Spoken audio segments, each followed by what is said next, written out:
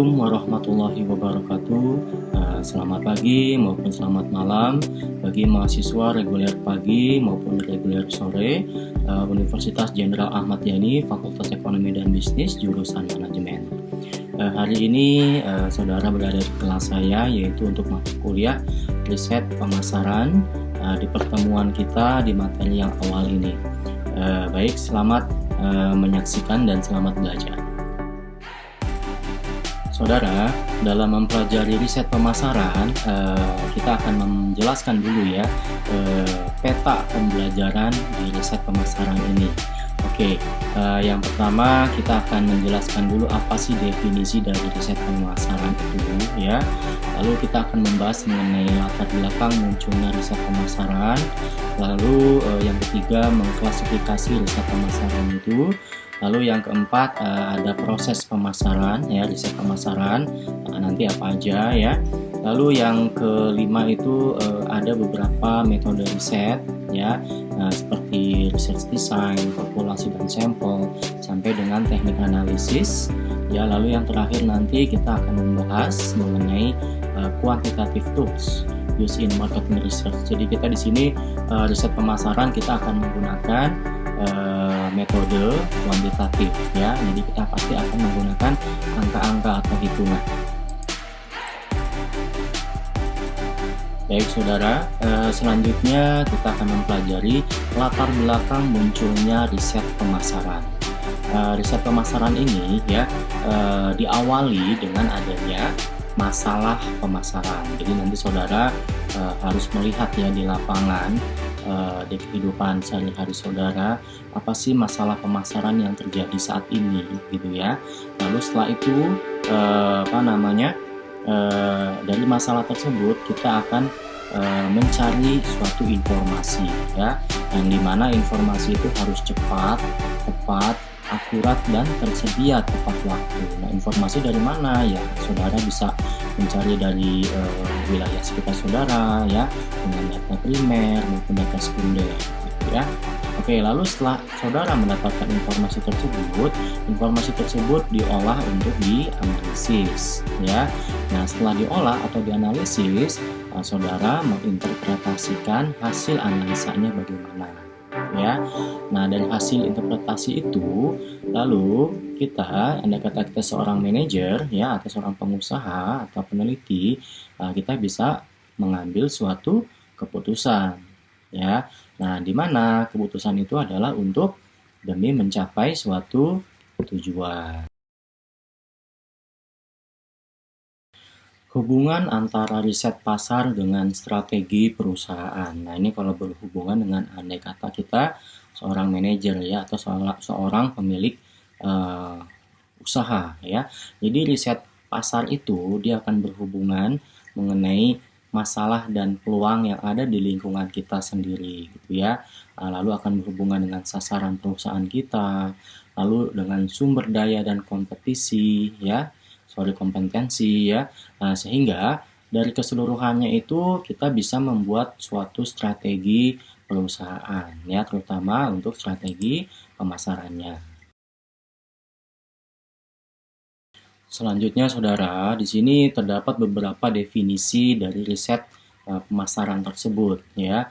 Ada dari Uma Sekaran, Freddy Rangkuti, lalu ada Asosiasi Pemasaran Amerika, sampai dengan Malhotra. Oke, nanti saya minta saudara membacanya ya di PPT. Mungkin di sini saya akan memunculkan hanya 1 atau sampai 3 definisi saja. Baik saudara, kalau menurut Uma Sekaran dan Roger Bogie ya, penelitian bisnis itu merupakan penyelidikan atau pertanyaan yang terorganisasi, sistematis, berdasarkan data, kritis, objektif untuk suatu masalah tertentu, yang dilakukan dengan tujuan untuk menemukan jawaban atau solusi untuk masalah tersebut. Intinya, penelitian memberikan informasi yang diperlukan untuk memandu manajer mengambil keputusan berdasarkan informasi agar berhasil memecahkan masalah. Sedangkan menurut Freddy Rangkuti, penelitian bisnis ini atau riset pemasaran merupakan Kegiatan penelitian di bidang pemasaran yang dilakukan secara sistematis mulai dari perumusan masalah, tujuan penelitian, pengumpulan data, pengolahan data, dan interpretasi hasil penelitian. Nah, sedangkan menurut Malhotra, riset pemasaran adalah identifikasi, pengumpulan, analisis, diseminasi, dan penggunaan informasi secara sistematis dan objektif untuk membantu manajemen membuat keputusan yang berhubungan dengan identifikasi dan penyelesaian masalah dan peluang dalam bidang pemasaran. Bagian terpenting dalam riset pemasaran. Yang pertama, riset pemasaran itu dia bersifat sistematik. Apa artinya sistematik? Jadi, perencanaan sistematik dibutuhkan pada seluruh tahap proses riset pemasaran. Jadi, memang harus terstruktur ya, secara sistematik. Jadi nggak bisa melompat, misalkan kamu sekarang dari bab 1 langsung menuju uji validitas atau reliabilitas. Nggak bisa, semua itu harus secara urutan atau sistematik. Lalu yang kedua, prosedur yang diikuti pada setiap tahap harus baik secara metodologi, didokumentasikan dengan baik, dan direncanakan. Lalu, menggunakan metode ilmiah, artinya data dikumpulkan dan dianalisis untuk menguji anggapan atau hipotesa sebelumnya, apakah diterima maupun ditolak, gitu ya. Oke, lalu bagian terpenting lainnya adalah riset pemasaran ini dia menyediakan informasi yang akurat karena memang berdasarkan hasil analisa kita, gitu ya. Lalu riset pemasaran itu dia harus bersifat objektif dan tidak memihak siapapun, ya. Misalkan kita lagi menganalisa mengenai otomotif motor gitu ya, kita nggak boleh memihak salah satu merek dari motor tersebut. Jadi harus kita bersifat netral. Saudara, kita melakukan riset pemasaran pastinya ada tujuannya. Oke, apa sih tujuan dari riset pemasaran?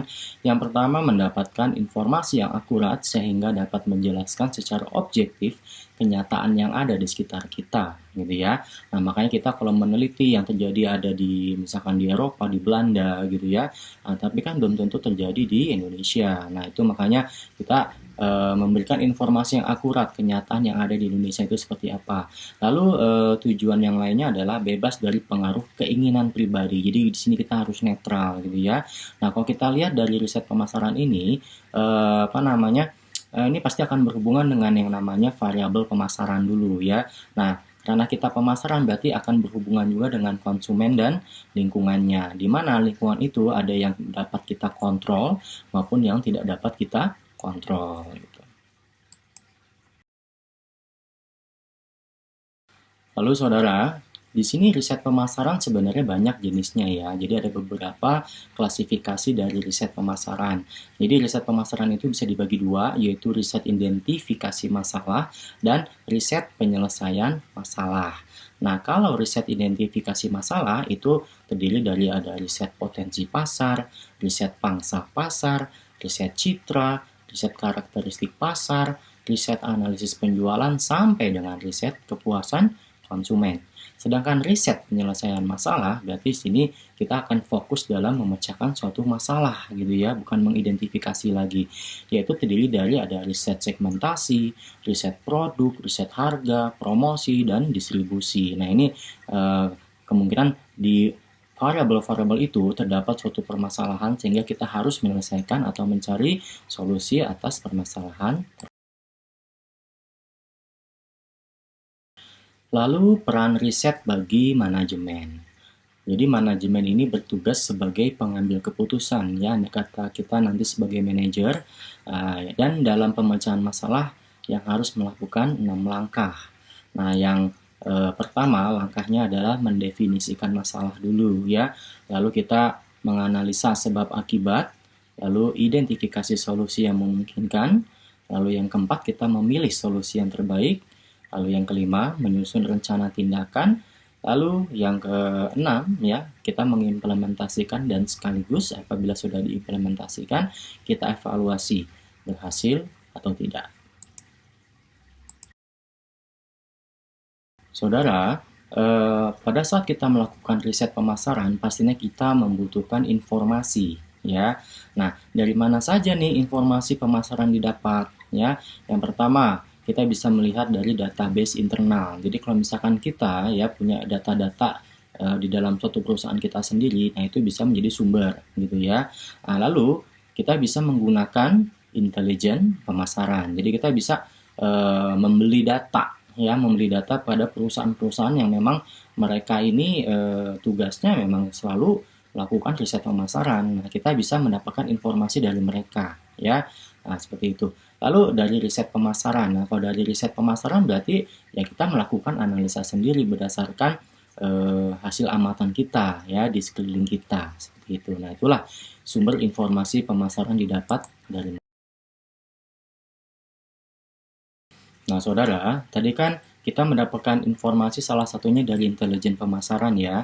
Jadi intelijen pemasaran itu adalah perusahaan-perusahaan yang kebetulan memang tugasnya melakukan riset ya.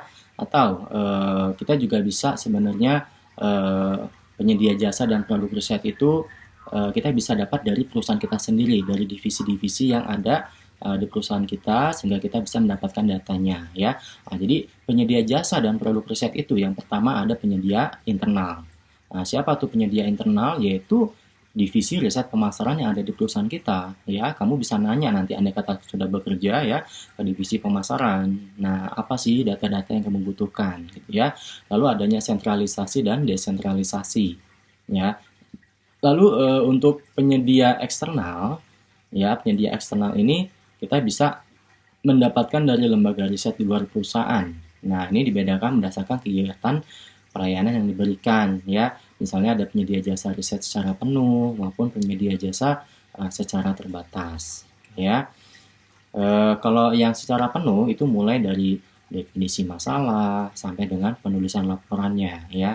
Lalu kalau secara terbatas ini merupakan lembaga riset pemasaran yang memiliki spesialisasi pada satu atau beberapa proyek penelitian. Nah, ini banyak ya, misalkan Nusa Research, lalu Boston Consulting Group, ataupun perusahaan-perusahaan konsultan yang lainnya yang menyediakan jasa pemasaran.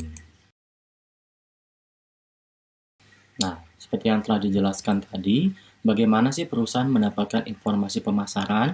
Nah, salah satunya membeli dari perusahaan penyedia jasa riset pemasaran. Ya, contohnya tadi Asia Nielsen, Nusa Research, Boston Consulting Group, dan lain sebagainya, gitu ya. Atau kita juga bisa melakukan penelitian sendiri ya untuk mendapatkan informasi pemasaran itu dengan melibatkan mahasiswa ataupun profesor, ya. Lalu kita bisa dapat juga dari internet, ya. Lalu melakukan analisa pesaing ya, seperti misalnya kita melakukan analisa SWOT lalu membuat strategi-strateginya. Nah, itu kita bisa mendapatkan informasi mengenai pemasaran. Lalu apa sih yang ingin kita ketahui dari riset pemasaran itu gitu ya. Nah, yang pertama kita ingin mengetahui mengenai marketing mix. Nah, seperti kita ketahui bahwa marketing mix itu adalah ada 4P ya, bahkan ada tambahan menjadi 7P ya. Lalu ada 5W 1H. Jadi what, where, when, who, and why gitu ya. What misalnya apa produknya, where di mana, when kapan dipasarkan, who siapa konsumennya, lalu why kenapa harus memilih konsumen itu atau mengapa harus memasarkan di situ gitu ya. Nah, itu 5W 1H. Lalu ada behavior atau perilaku. Nah, kita jadi ingin tahu perilaku, terutama perilaku konsumen gitu ya. Lalu attitude atau sikap, yaitu sikap konsumen itu seperti apa sih gitu ya. Lalu kompetitor kita gitu, siapa sih pesaing kita itu. Lalu mengenai service quality, yaitu kualitas. Nah, kualitas kita kira-kira bagaimana sih gitu ya, terutama pelayanan kita gitu ya. Lalu kita mengetahui mengenai STP, yaitu segmenting, targeting, dan positioning. Nah, ini STP ini merupakan tahap awal pada saat kita memang mau melakukan suatu analisa atau membuat produk, kira-kira segmentingnya siapa, targeting siapa, dan positioningnya siapa.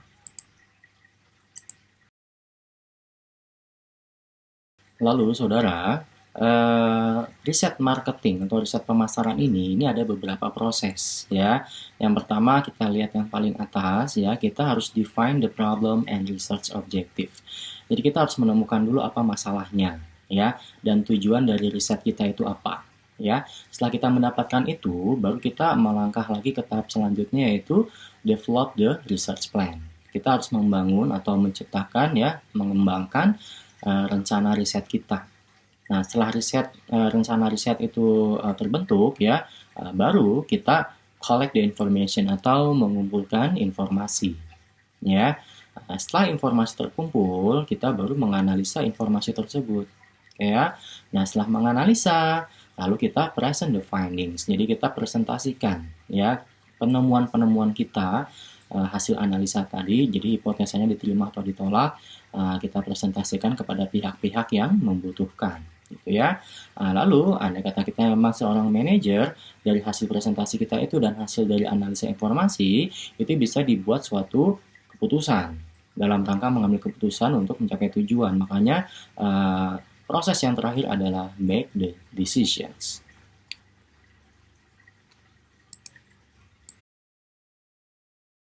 Nah, kalau berdasarkan proses riset pemasaran tadi yang ada 6 ya, kalau kita definisikan satu-satu atau kita gali lebih dalam lagi ya.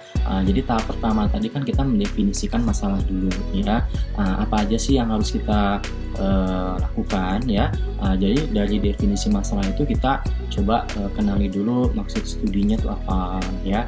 Lalu informasi latar belakang yang relevan, informasi yang dibutuhkan, lalu bagaimana informasi tersebut akan digunakan dalam pengambilan keputusan ya. Lalu langkah kedua, pengembangan pendekatan terhadap masalah, kita formulasikan dulu tujuan, lalu model analisisnya bagaimana, lalu ada pertanyaan riset nggak gitu ya, lalu hipotesanya dan identifikasinya seperti apa gitu ya. Lalu bagian yang ketiga itu adalah formulasi rancangan riset tadi ya. Itu penemuan informasi yang dibutuhkan, analisis data sekundernya seperti apa gitu ya, metode pengumpulan data, prosedur pengukuran dan penetapan skala, lalu rancangan kuesionernya bagaimana, proses sampling dan ukuran sampel, lalu rencana analisis data kita seperti apa ya. Lalu setelah tahap 3 tadi sudah selesai, kita masuk tahap 4, yaitu kita coba ya kerja lapangan atau mengumpulkan data atau informasi ya. Nah, data ini ada dua, ada data primer dan data sekunder. Nah, kalau data primer biasanya kita melakukan misalnya wawancara, penyebaran kuesioner gitu ya. Nah, sedangkan data sekunder ya kita misalkan dapat data-data dari informasi-informasi seperti misalnya seperti BPS dari situs-situs dari kantor pemerintahan dan lain sebagainya, bahkan dari informasi internet gitu ya. Nah, sedangkan tahap kelima kita sudah mulai persiapan dan analisis data. Nah, analisis data tuh ngapain aja? Pertama ada editing ya, kita mengedit dulu, lalu coding, memberikan kode, lalu transkripsi, lalu verifikasi data ya. Yang keenam, yang terakhir itu kita adalah penyiapan dan presentasi hasil laporan penelitian kita ya. Nah, di sini harus sistematik ya, harus sesuai susunannya, yaitu ada identifikasi masalah dulu, lalu pendekatan yang digunakan, desain penelitian, pengumpulan data, lalu analisis data, dan temuan yang diperoleh itu apa. Lalu saudara, di dalam riset pemasaran kita akan mengembangkan rencana riset dulu ya. Yang pertama kita coba cari dulu namanya sumber data ya. Nah, data tadi ada dua ya, ada data primer dan data sekunder. Nah, seperti yang tadi saya jelaskan bahwa data primer itu kita bisa dari narasumber langsung, dari wawancara, kuesioner, dan lain-lain ya. Sedangkan data sekunder itu berupa laporan-laporan misalnya dari internet, dari situs-situs pemerintahan, dan lain sebagainya. Lalu dalam mengembangkan rencana riset kita menggunakan pendekatan riset.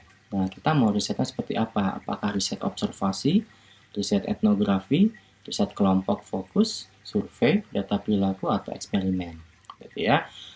Saya harap saudara sudah paham karena dulu sudah pernah metodologi penelitian ya. Oke, lalu yang ke C yaitu adalah instrumen riset. Nah, instrumen riset ini bisa berupa kuesioner ya, lalu bisa pengukuran secara kualitatif dan ada menggunakan peralatan teknologi. Lalu untuk rencana pengambilan sampel ya, itu ada unit sampel, ukuran sampelnya berapa, proseduralnya bagaimana, terutama dalam pengambilan sampel gitu ya. Nah, ini untuk mengembangkan rencana riset. Lalu metode kontak. Nah, ini saudara untuk mendapatkan informasi ya, terutama kepada narasumber gitu ya, atau pada responden, itu bisa menggunakan misalkan kuesioner surat, wawancara, telepon, wawancara pribadi, wawancara online, dan lain sebagainya. Saudara, Dulu waktu saudara mengambil mata kuliah metodologi penelitian ya, pastinya istilah-istilah ini cukup familiar ya di pendengaran kita. Nah, ini adalah istilah dalam penelitian. Jadi di riset pemasaran ini juga sama ya.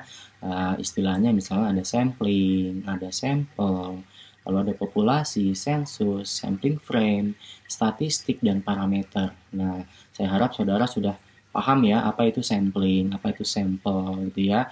Jadi kalau misalkan contoh sampling adalah proses pengambilan keputusan dengan menggunakan sebagian kecil dari keseluruhan populasi. Sedangkan sampel adalah bagian dari populasi yang digunakan dalam sampling ya. Untuk populasi sampai dengan parameter silakan saudara baca penjelasan lebih lanjut. Saudara, sifat riset pemasaran. Oke ya. Riset pemasaran ini yang pertama dia pastinya ada variabel pemasaran yang dapat dikendalikan ya.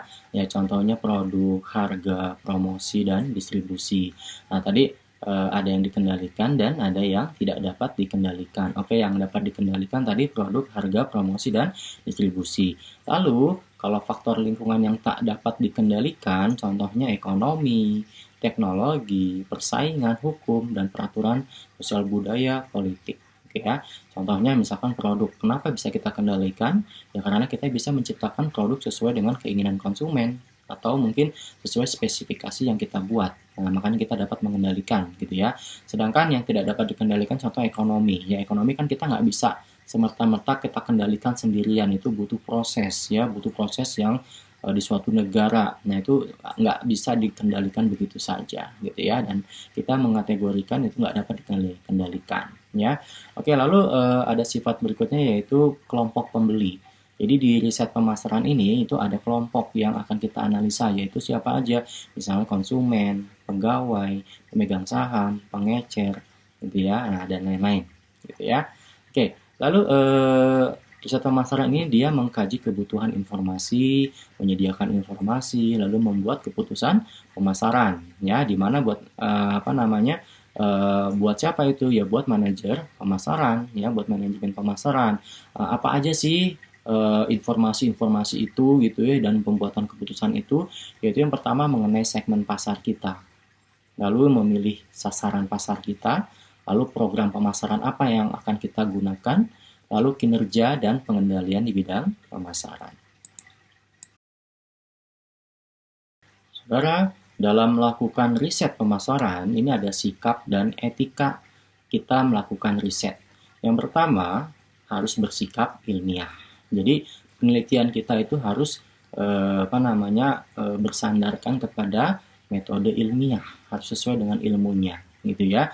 Lalu harus positif dan bisa berkontribusi kepada kepentingan manajer ataupun kepada kepentingan perusahaan ya, maupun bidang ilmu pengetahuan gitu ya. Lalu bertanya. Nah, bertanya berarti harus mengetahui sesuatu. Jadi kita memberikan informasi yang cukup gitu ya. Lalu sanksi. Sanksi maksudnya gini, pada saat kita mendapatkan informasi itu kita tidak langsung menerima hal yang masih diragukan. Jadi yang namanya riset itu kita harus meneliti dulu itu hoax atau benar fakta gitu ya, seperti itu.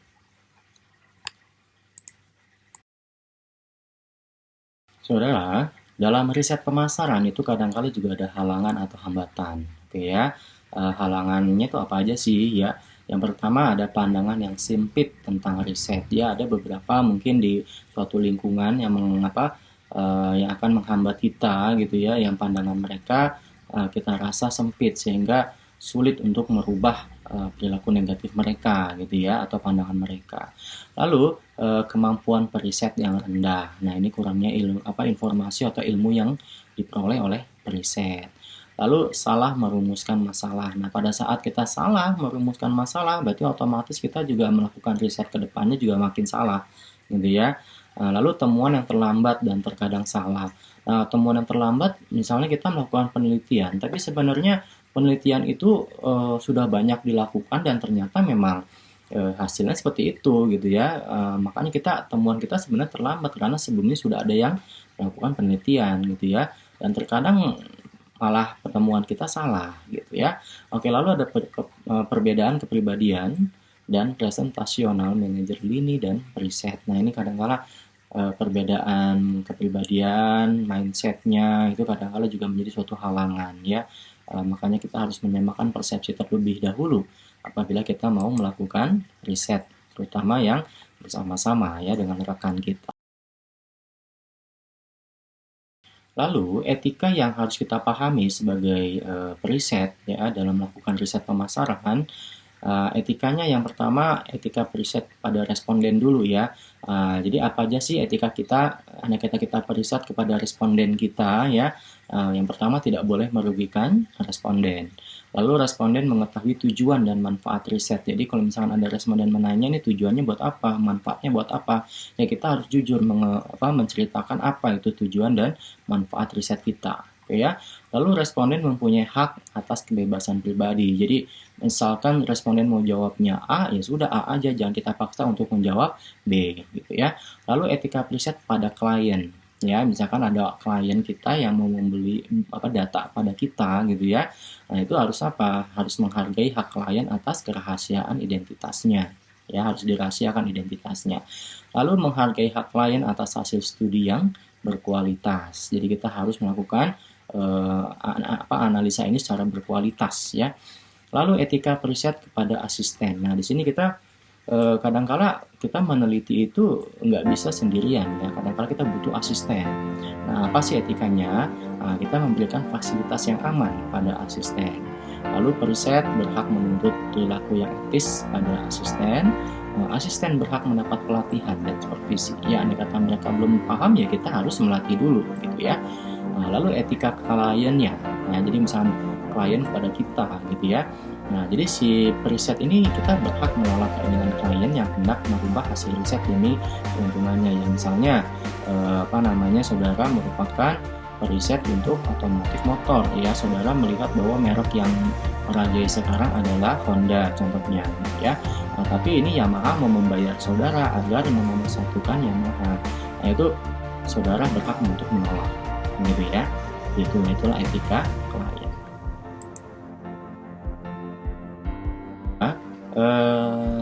Riset ya, khususnya riset pemasaran itu sebenarnya suatu profesi atau suatu kegiatan yang cukup menjanjikan karena itu bisa menjadi suatu karir ya. Karir apa aja sih yang dalam bidang riset pemasaran? Yaitu yang pertama kita bisa menjadi Vice President riset pemasaran. Itu biasanya memang di divisi pemasaran ya, ada direktur riset, asisten direktur riset, sampai dengan pengawas operasi gitu ya. Nah, sedangkan untuk karir-karir di perusahaan ya yang ibaratnya memang khusus di bidang riset pemasaran, kita mungkin nanti bisa melamar sebagai periset di AC Nielsen, Burke Incorporation, MARC, Afusa Research, dan di Boston Consulting Group maupun perusahaan-perusahaan lain yang memang bergerak di bidang riset pemasaran, atau mungkin di universitas-universitas juga membutuhkan di bidang penelitian tersebut. Demikian materi kita hari ini ya mengenai dasar mengenai riset pemasaran. Selanjutnya nanti kita akan ada materi berikutnya yang berbeda ya, masih di bidang riset pemasaran ini dan lebih mendetail lagi. Saya harap dapat dipelajari dengan baik.